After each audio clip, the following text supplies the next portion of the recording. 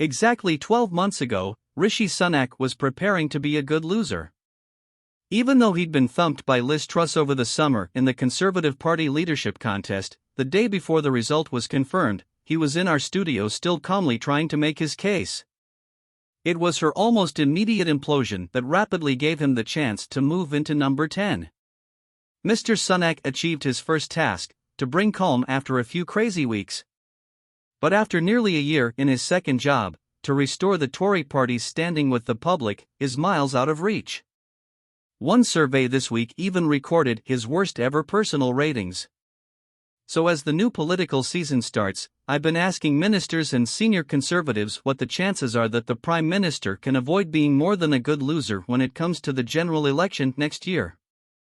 Chris Mason, Sunak does a reshuffle rejig in the big house. Sunak's communications chief leaves number 10. Shaps gets defense job in mini reshuffle. Those lucky enough to have got their posteriors on the leather seats of ministerial cars all know the situation is bad. The numbers don't lie, a senior minister tells me. Another cabinet minister says there is no point pretending we are not under pressure and it is going to get worse.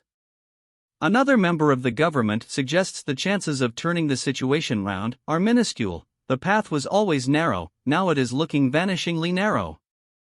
But politics and the public mood can shift with extraordinary speed.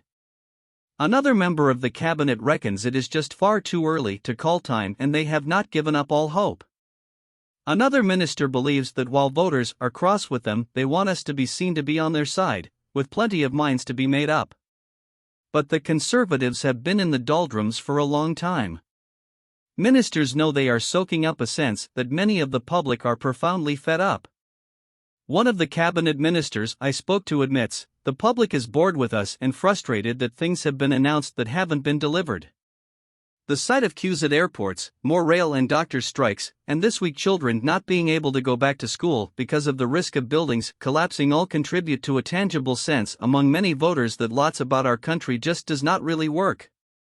As schools and parents scramble to work out what is going on, a labor source jokes if we were to design the Tories a rubbish story we couldn't do it this well. And the backdrop to all of this is that inflation has made it harder and harder for millions to make ends meet.